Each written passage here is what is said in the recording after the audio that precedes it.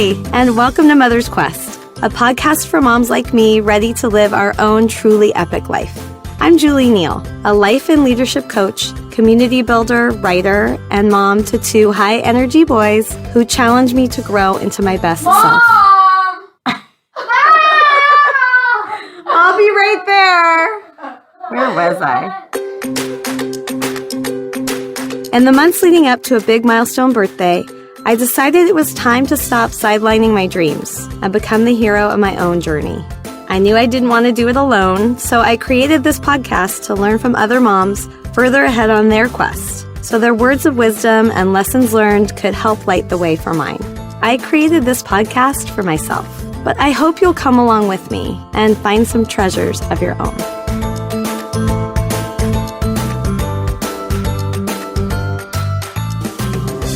Hello, and welcome to episode 4 of the Mother's Quest podcast. In this episode, I'm honored to have a conversation with two amazing mothers to their 8-year-old daughter, Oakland-based life and business partners, Lynn Johnson and Allison Kenny. They are the co-founders of Spotlight Girls, which celebrates and activates girls and women through multimedia learning experiences and products. Through their Go Girls summer camps, after-school, and school break programs, elementary and middle school girls build social-emotional skills through acting, music, media, dance, and visual arts activities. Lynn, the CEO of Spotlight Girls, has over 25 years' experience as a teaching artist working in diverse communities all over the United States. She's a sought-after facilitator and speaker and serves on the National Advisory Board of Teaching Artists Guild and the board of directors of the How Kids Learn Foundation. Allison is a writer, blogger, and actor. She's the author of Starring Celia, a chapter book about a 4th grade girl who goes from being bullied to becoming a go-girl, and Go Squirrel, a series of coloring books aimed at teaching young readers complex social-emotional lessons through social stories. In her own words, Allison shares the, quote, adventures of their queer, multiracial, adoptive family on her blog, raisingagogirl.com. In this conversation, Lynn and Allison talk about how their mothers, each in different ways, instilled the value of community that influenced the creation of Spotlight Girls. We explore how they are making a difference beyond their family by igniting a compassion revolution with their programs, inspiring belief in the power of girls and women to be change makers in the world, to take center stage in their lives, and to make brave and bold choices. And how the Go Girls 5-point culture code, much like the Mother's Quest Epic Framework, provides a powerful guide that Lynn, Allison, and their daughter have fully integrated into their lives. I really enjoyed this episode, and I was struck by how powerful a metaphor theater and the arts can be for how to live your life. I hope you will leave this conversation, as I did, inspired to think about the ways in which you can take center stage to live your epic life. I'm Julie Neal, and this is Mother's Quest. So Lynn and Allison, welcome to Mother's Quest podcast. I'm so excited to be talking with both of you today. Likewise, it's great to be here. Thank you, Julie, for having us. This is exciting. I love to start with a question that lets us get to know a little bit about you. So I'd love to hear about your childhood growing up and the role your mother played in shaping who you are today. What a great question. So I had I had a childhood that was not your average childhood in terms of growing up. I grew up lots of different places. My family moved a lot as a kid. So I spent my childhood in various places throughout the northeast part of the United States. And my dad was in TV news and moved a lot. As he got promoted, we moved to a new market, as it were. And so I spent lots of my time kind of getting to know new schools, new people, new communities. And I feel like that shaped me in so many ways, that had such an effect on me in both very positive and some negative ways. But my mother's role in that was very much what I thought was great about my parents and my mom in that kind of context was that they really supported kind of anything that I needed to do in order to make friends. And the way that I made friends was, being involved in really being involved in theater and the arts and going to doing dance classes, things like that. And my mom was always so supportive of that for me. And it wasn't necessarily something that she did growing up per se, but she saw that in me and was always willing to kind of, support that effort in me. So that was really important part of my growing up. And for the listeners, this is Lynn speaking, right? Yes, this is Lynn. Yeah, and I would also add to that also because we moved a lot.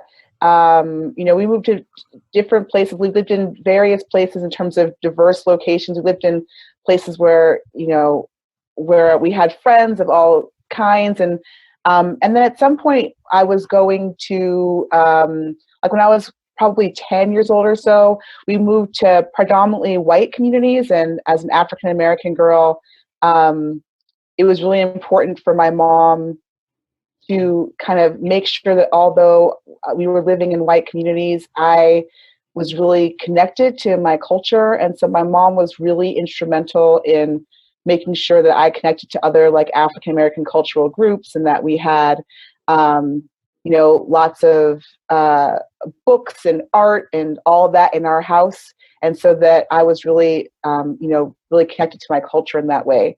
That was another important part of my growing up with my mom.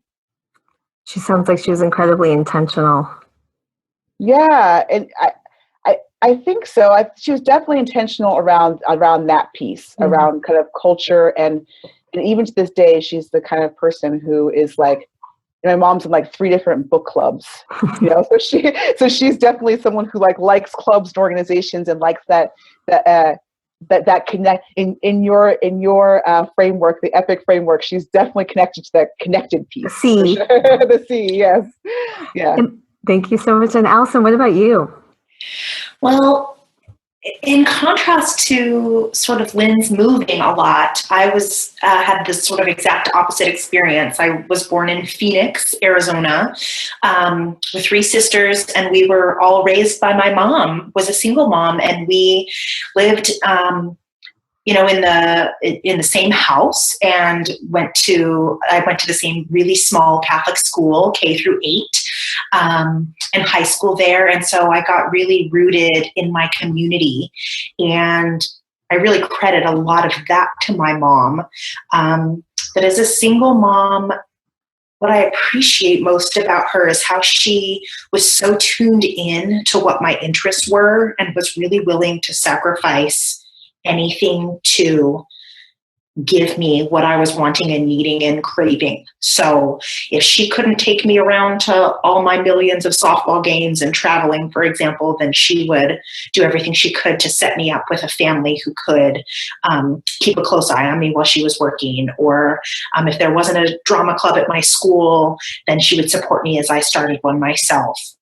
She didn't pressure me to do or be any one thing. And at the same time, my mom's really spiritual. We grew up Catholic. Like I said, she put me in Catholic school. And even though now I don't identify as Catholic, what I appreciate about that early time and my mom passing on her faith in that way is that I was just a part of so many church groups. And the school that I went to had a group of moms that all had kids the same age. And my mom formed a club with those moms.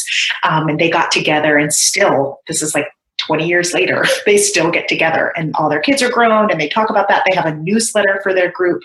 Wow. She was on the Catholic school board and still is. She worked the same job. She just retired after 30 years of service. And so she was really involved in my school growing up, even though she worked long hours.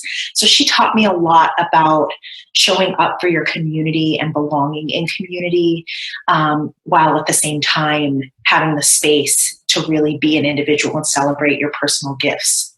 So it's really interesting that there was that connection with both of your moms of valuing community. And I'm curious how much that has come into play for the work that both of you have chosen to do. Yeah. I hadn't even thought about that before. I'm realizing this is Lynn talking. I feel like I I feel like, sure, yeah, there's definitely something about, my mom was really social, and she liked to throw parties, and I grew up liking to throw parties, and I still love to throw parties. And I someone asked me recently, we were about to host friends for Thanksgiving, and they said, wow, you seem to really be into that. And I said, well, yeah, I mean, that's why it's easy for me. I mean, I do direct a camp, I direct programs for people to come and feel welcome and all of that. So I think that has a lot to do with how I grew up and what I learned in terms of values around like welcoming people into your home and making them feel safe and happy. And that's definitely something that both Allison and I are really into, and it's really important to our work and our family life. Let's jump into talking about your work. And just as a reminder for both of you, I started Mother's Quest because I had this realization that I wanted to feel like I was living what I call my epic life. And the P in epic is passionate and purposeful, making a difference beyond your family. And I'm really struck by the work that the two of you are doing, particularly with girls. And I wanted to go there first and hear about how that work is showing up and how you came to it, and if it felt like a leap for you that you chose to follow this passion. Well, Allison, I'm happy to chime in here because I remember being a little girl and knowing that I wanted to work with girls and women. And I think for me, we talked about our mother's influence, and I want to speak up a bit too about having an older sister who's a good 12 years older than me. And what that meant is that when she was in college and postgraduate running her own amazing organization for girls and women, I got to participate as a teenager. So my interest in this goes all the way back to my youth, where being part of circles of girls and women and making space to be expressive and really honor our gifts and make a difference in our communities is something that has been a part of me my whole life. So getting started with Spotlight Girls was a natural extension of my early dream. And as soon as I met Lynn, we met professionally teaching at a camp. And it was so clear that not only were we amazing colleagues who had a same vision around making interesting art that really reflected the social emotional landscape of a community, but we also fell in love in the process. So our business and our family life really sparked at the same moment, which is a really powerful thing because we bring so much of our, you use the word passion, and for me, our whole business that started almost exactly 10 years ago really comes from this place of true love and belief in the power of girls and women to be change makers in our world. We both happen to have been theater artists, and so it was natural to have our first project as a business be a camp for, at the time, boys and girls to come together and make theater about powerful themes. And over the years, it evolved to really be about supporting girls. And it happened by accident, where we had one program that all girls signed up.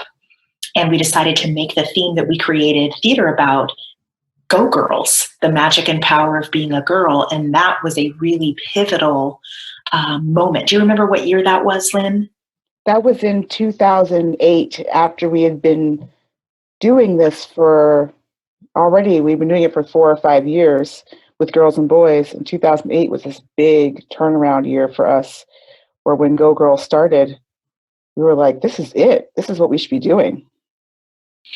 Right, because it felt like such the right thing. There was so much synchronicity, and the girls that came just loved it and were craving it. And since there's all of this research about girls only spaces as really important to support relational learning and to support girls to have confidence building experiences that they then bring out into the world where boys and girls are together.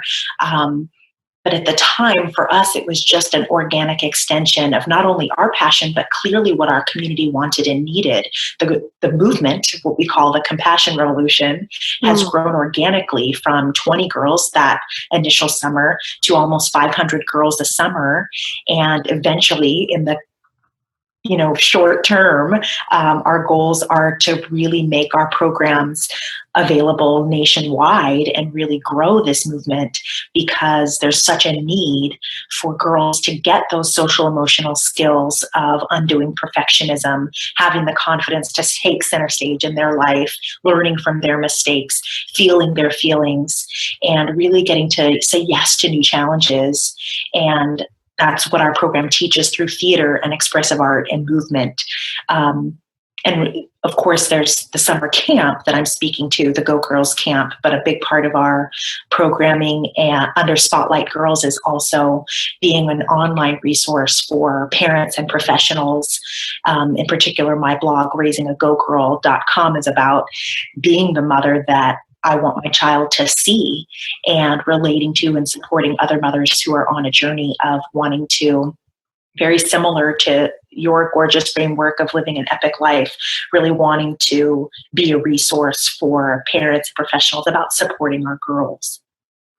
The work you're describing doing with girls sounds incredible, and I'm actually identifying with a lot of it and realizing I could use some of that for myself. The opening an adult camp yet, but I'll be the first to sign up. Oh, that's awesome. I'm also just thinking about, at the time of this recording, we're still reeling from the election results, and just the importance of how much we need compassion now, and how much we need young women and women to step into leadership roles. I'm curious what your reaction has been post-election and how you see Go Girls fitting into what's happening in the world right now. Yeah, I personally took the election results very, very hard. I feel like I'm still recovering, I guess, from it. And I've been doing a lot of reflection about why, and on some level, I kind of feel like, well, it's politics. This happens. Things happen. People are elected who we don't like. Of course, we know that there's a lot of racism and misogyny and homophobia in the world, and that's what we're doing. That's why we're doing what we're doing. But this, it really, really hit me hard. The night of the election itself, I was completely wiped out. Like I really, Allison can tell you how messed up I was, and I feel like it for me, it's been really about taking action is really important. The kind of work that we're doing with girls, I think, is super, super important right now and is completely necessary. At the same time, I think that my biggest learning from this post-election is all about rest and self-care and feeling that the part of our framework that Allison talked about, this idea of feeling our feelings. Like, I'm having some major feelings, and I'm having to really honor those feelings of despair and anger and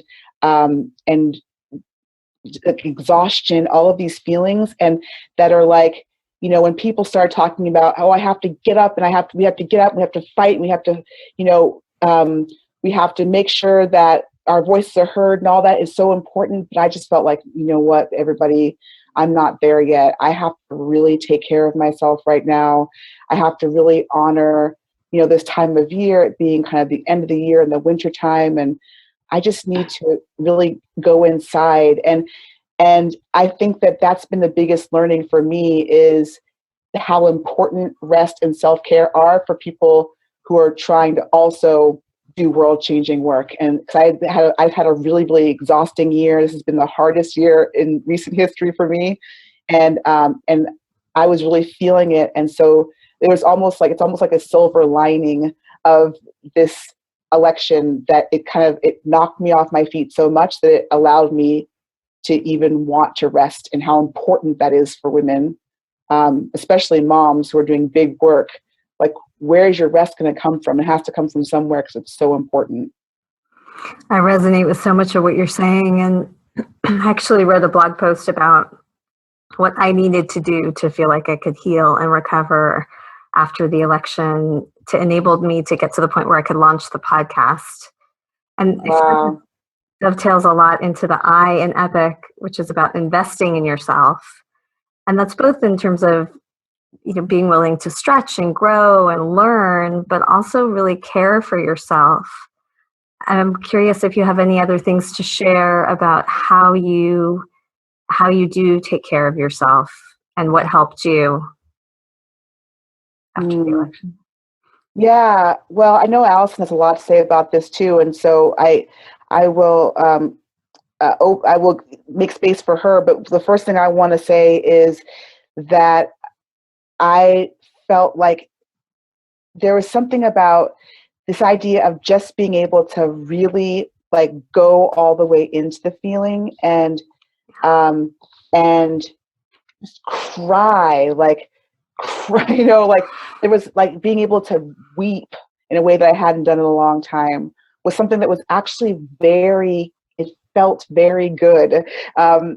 Eventually, it didn't feel good at all in the moment, right? But afterwards, that kind of cathartic feeling of just being able to weep and being able to connect to and just get in the bed and do it, right? Like, how do we get in the bed and just weep and turn off the lights and take that moment to honor those feelings? Because I was feeling I felt like I was feeling the despair and misery of all of my ancestors. That was really, not to get too deep, but I was really feeling that despair. And so letting myself actually have that. I love that you use the word healing. That's exactly what it is. It's about healing.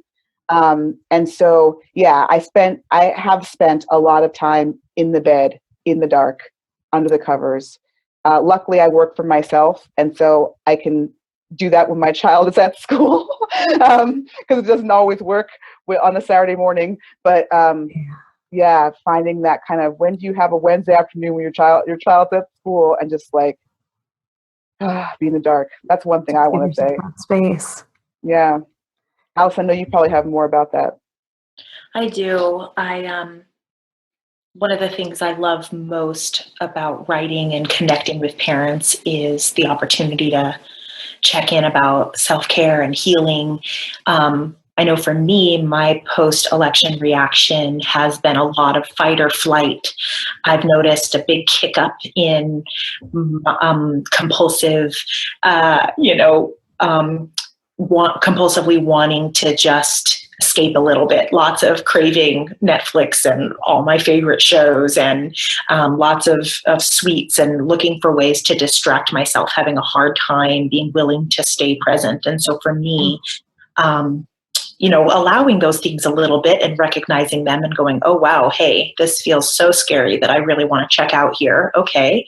I see that. And being able to acknowledge how scared I must be.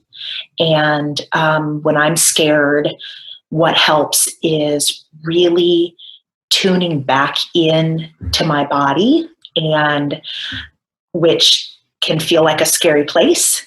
And so being willing to experience moments of pleasure and paying attention to all of my senses. So specifically what that has meant is long walks in the woods and taking in the redwoods. And I made a commitment with a buddy of mine. We go every Friday morning. She picks me up and we head to nature so that I can feel the earth under my feet.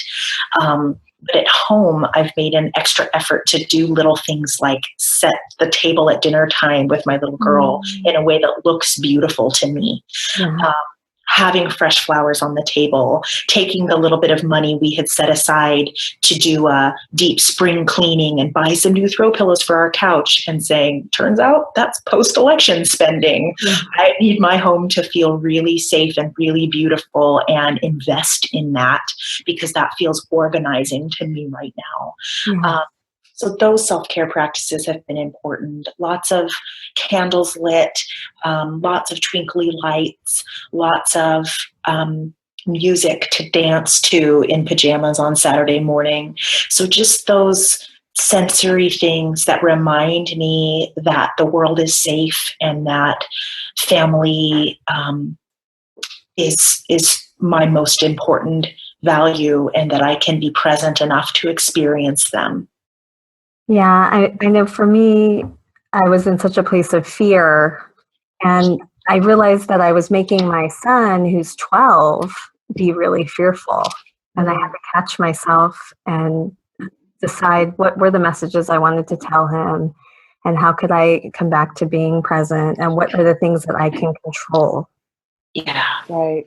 Yeah.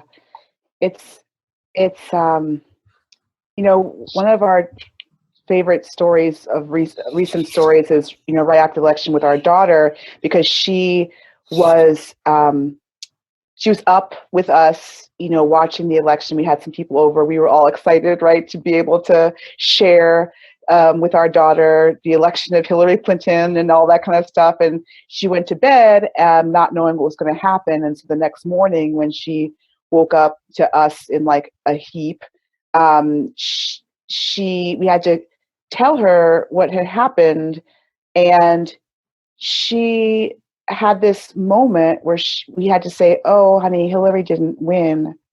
And she had this beautiful reaction where she said, "Oh, mommy, is Hillary sad right now?" And it was just this one beautiful moment of empathy and compassion. I know. And then she also turned around and said, "Well, shouldn't we be happy with Trump's win?" We said, "Well, what do you mean?" Like, it's a thing where we realized that what she was talking about was, what we teach our kids around being, not being a sore loser and not being, and being a good winner, right? So she's getting all this coaching on how to respond when she loses at Uno. And so, it's like, okay, oh, well, next time. So she kind of was trying to bring that framework to it, right? Like, oh, can't we just be happy for him? And so we had to say to her, we had to kind of figure out the difference, right? Here's what's happening. There are people, and the way we explained it was, it's totally okay when you lose at Uno, or like when you have a different opinion from somebody about something. But this is not that. This is somebody whose ideas are hurtful and harmful to other people. And when those ideas are hurtful and harmful, and it's not like it's not like oh, well, next time. It's something that we have to stand up to. And I think she understood that. When you have to explain it to children, it actually kind of helps. Because it is also helpful to hear their fresh perspective. What you're speaking to now, Lynn, connects to the E in EPIC, which is engaging mindfully with our children. And it's clear that that is a value you have. I'm curious, you or Allison, if you want to share some of the ways in which you are most able to do that with your daughter. We're highly engaged with our daughter. Yeah, so I can start. Allison, do you want to jump in? I want to share that our daughter is our daughter through adoption, and she's 8 years old, and she's only been our daughter for a little over 2 years. And so our journey to being parents is a little bit unique, and in that we have not known our daughter her entire life.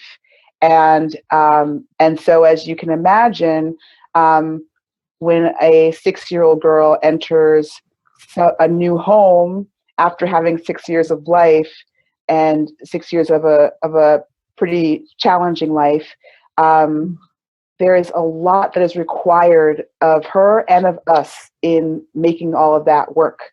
So our last 2 years has been about really the term, the term is really therapeutic parenting, really having to show up as not just her parents, but also, really trying to build attachment with her and, kind of help her rebuild her world in a lot of ways.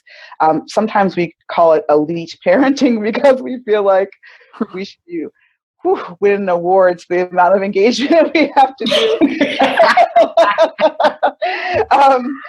But so a lot of it's in that context where, we're kind of constantly thinking about like every little thing around our daughter. So sometimes we have to back up a little bit, but we are in that, engaging with her is like, it's kind of like everything we do. Like we have to pull us back a little bit more. We're like on the high engagement side. Wouldn't you say, Allison? Yes. Which I think is such a wonderful opportunity to practice mindful living in general. One of the ways I pull myself back, I've been the primary parent, working less and engaging even more with our daughter in these early years as she came home. And so for me, the challenge has been pulling back and giving her more independence and space as she ages and her skills grow. And it's been important for me to go, okay, well, all of those pieces that I would show up for her around, how do I apply them to me? How can I remind myself to be living mindfully? So for example, I can share just quickly a couple of strategies that we use with our little girl in our sort of overly engaged way, which is that she happens to really, really respond to role play, which works out for us because we run a drama program. What a great way to bring in your work. Yeah. Yes. She didn't have to respond to that. It's not a strategy that necessarily would work for every kid.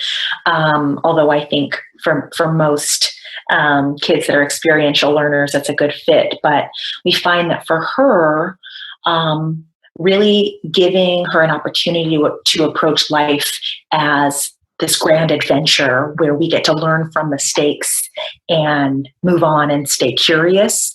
That's sort of the mindful perspective I'm hoping to offer myself and her. And so what, I'll often say to her, for example, last time we went to this holiday party, boy, was it hard to leave and you had so many big feelings and it was a really rough night. I wonder what could help this time, since this party is tomorrow, what tools do you want to use?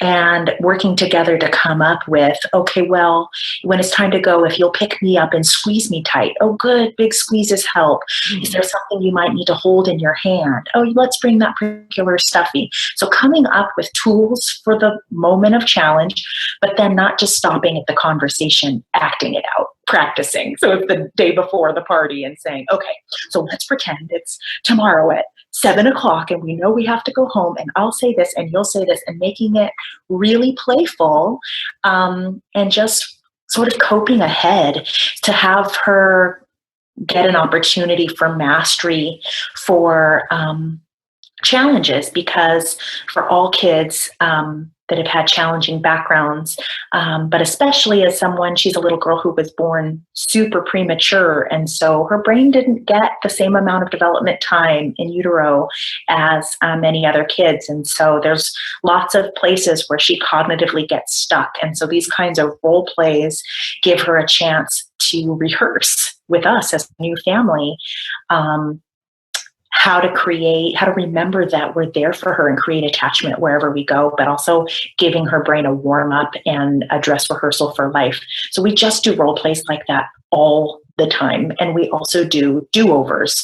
So whoops, we have a moment that felt hard, and it could be that I accidentally, got short with her and barked my response, she'll say to me, Mommy, I didn't like when you yelled at me. Can we have a do-over? And I'll say, you're right. I could have said that same thing calmly. Let's try again. Or similar, if she has a moment with either of us, or even with our little dogs. Whoops, okay, that didn't work. That broke our family rules or our house agreements. Let's call for a do-over and try it again. Again, just emphasizing mastery, and then mistakes are part of learning. Those are two strategies that I can see being helpful for me with my children, and I'm sure so many other parents would really benefit from trying those out. Maybe not with quite the ease that you do. Well, it helps to have, a lot of play experience in your background, but certainly it's not about the performance quality. So it's also one of those that therapists with kids use a lot of social story, and it's a similar strategy. It's that, kids love story. They love narrative. That's how they learn. So going through the beginning, middle, and end of moments, whether you're writing it down or actually getting it up and acting it out, or using stuffed animals to act it out. I find that most kids, whether I'm teaching them or, parenting our little girl, that there's strategies that can work, even if you don't have a theater background. That's fantastic. Well, I wanted to ask you, in what ways you feel like you are living an epic life, and what impact do you think that's having on your daughter? What does she see and notice in the way you live your life? Well, I know Allison mentioned earlier the kind of what our program at Go Girls Camp, what we teach, and we actually call that our Go Girls Culture Code. It's the 5-point code that we teach in the program, and the Culture Code is not just in our business. It's really infused in our whole life. Allison and I developed the Culture Code ourselves based on all the things we've read and studied and learned, and it's really how we want to live our life. So the Culture Code is infused into our life, and I think our home life, I'm trying to say, and so it has a direct effect on our daughter, who also attends camp, so she gets the Culture Code 24/7. And the Culture Code really is about what we call taking center stage, and it's about really having the courage to make bold and brave choices in your life, in a way that is, the way it really accesses our own power of our voice and our bodies and our imaginations. And so the exact same things we teach the girls, like you're making the joke that you want as an adult to sign up for an adult program. Like, yes, we want to do them because we are practicing those same things ourselves. And so I think that we really live that Culture Code. I personally, I'm the CEO of our company, and this past year, I said this has been the hardest year for me. I've been raising money for our business to grow it, and raising capital for our business, something I've never done before. It takes a lot of putting myself center stage to go out and ask potential investors to be part of this movement. It's something that scares the mess out of me, or used to. A year ago, it scared the mess out of me. And it scares me less and less. And I've really had to figure out how I can take center stage in an area where I don't always feel confident, or don't always feel like or I make a lot of mistakes. And that's really at the heart of how I think I'm living an epic life. Like, how do I go out into the void of things that are really scary and just say, okay, even though I might not always feel it all the time, and I have those inner voices telling me no, like, I know that I can do it. I know that I can take center stage. And so I really feel like our daughter really sees that. And, it's so great when she kind of speaks the Culture Code back to us.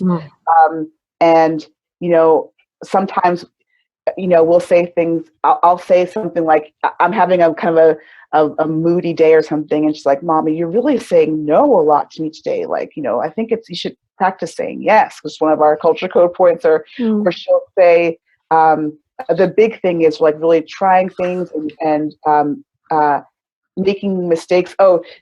She because we talk a lot about we do a lot of work with perfectionism, like really eliminating perfectionism. How do we do that, right? And it's all about like, there's no such thing as perfect, and that we have the opportunity to make mistakes and grow and learn.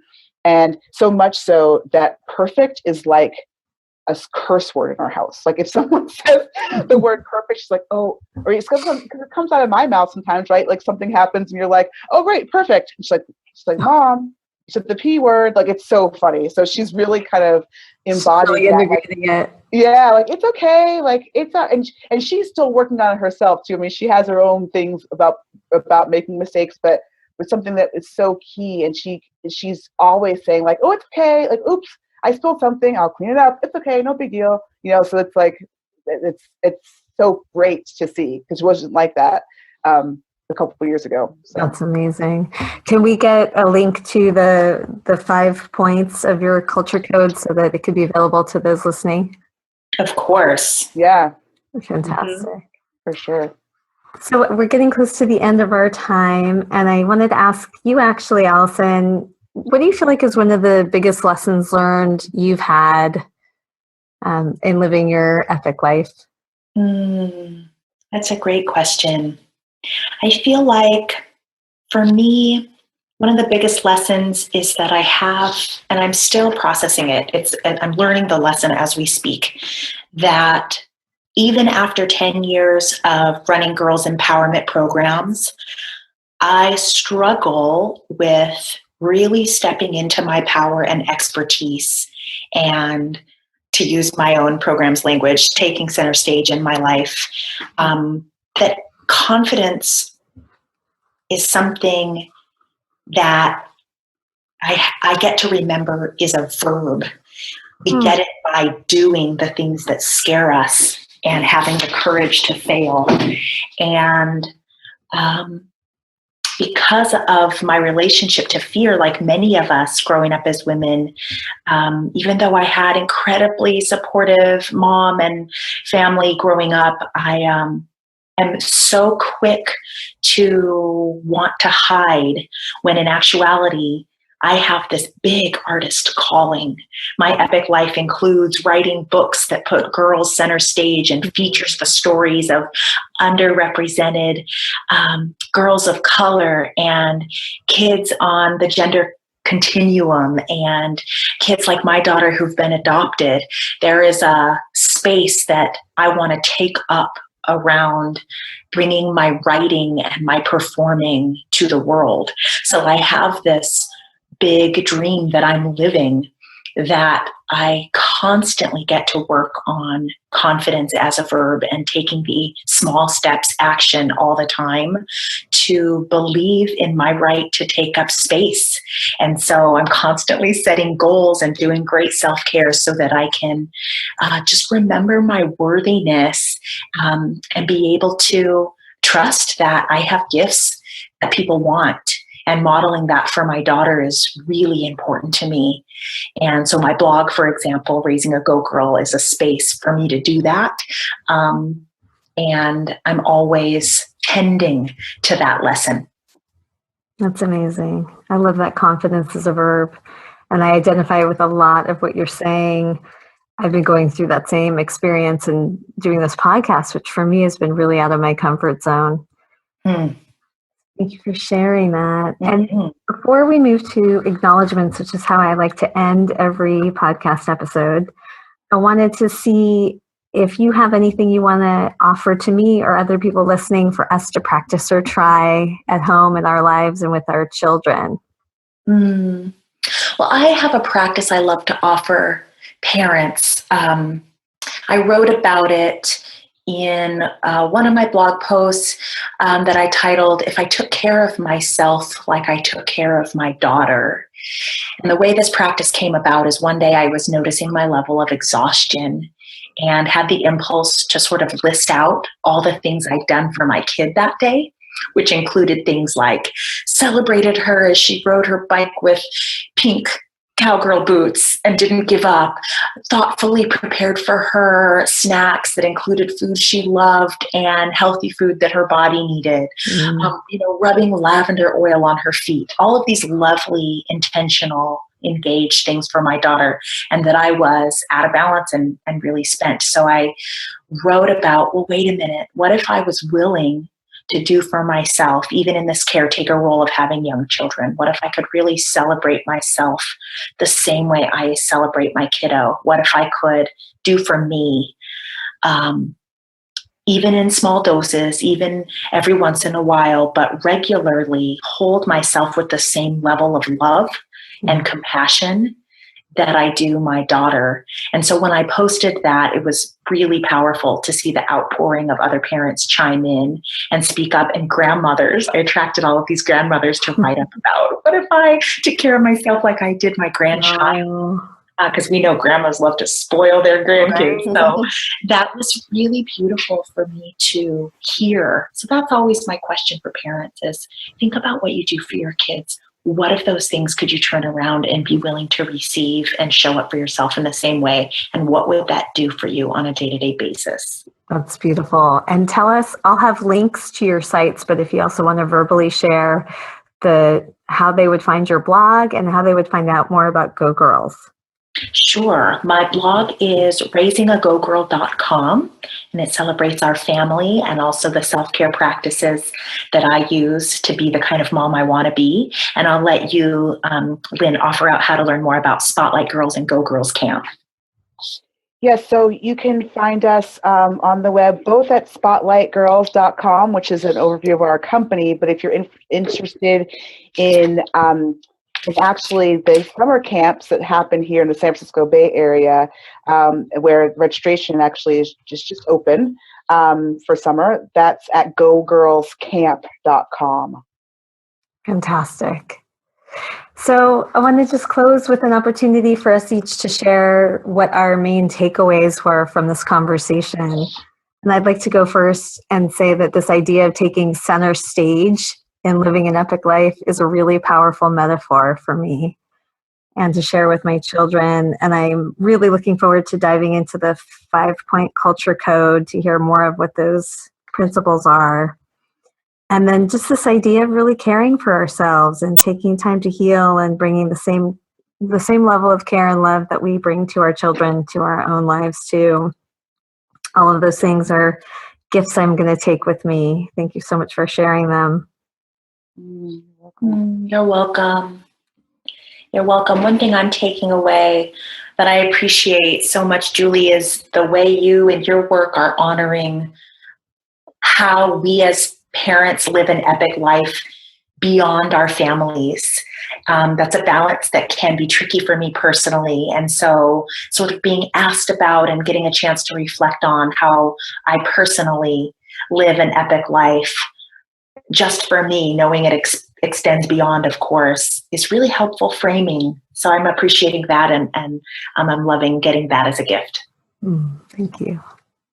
And I would say that I am really moved by the healing power of women coming together and sharing our stories. And I just so appreciate, Julie, how you've made this space and how by you taking center stage in your own life, you have opened up this portal for us to be able to come together and learn from each other as women and as mothers, and how much we are, like, just the power of conversation and of story sharing, and that the three of us get to have this moment now, and hopefully the people who will be listening to this podcast will be able to have a conversation with other people about what they've heard us say. And that's just such a beautiful healing moment that just goes so far. Like, this is the work right now.